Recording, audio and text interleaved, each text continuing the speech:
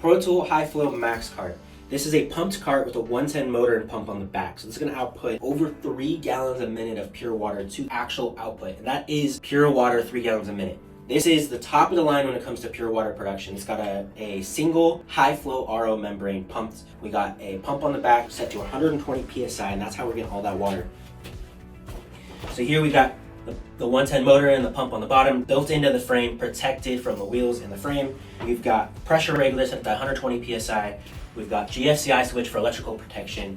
We've got an RO-DI valve that do RO only or DI mode, so you can save that resin if you're doing maybe solar panel cleaning. Built-in TDS meter that reads the TDS of both outputs depending on which one you're on. This is the top of the line for pure water production, whether you want to run multiple poles, 60 feet apiece, maybe one pole way up to 90 feet with that Gardner Ultimate pole, or solar panel cleaning with just tons of water.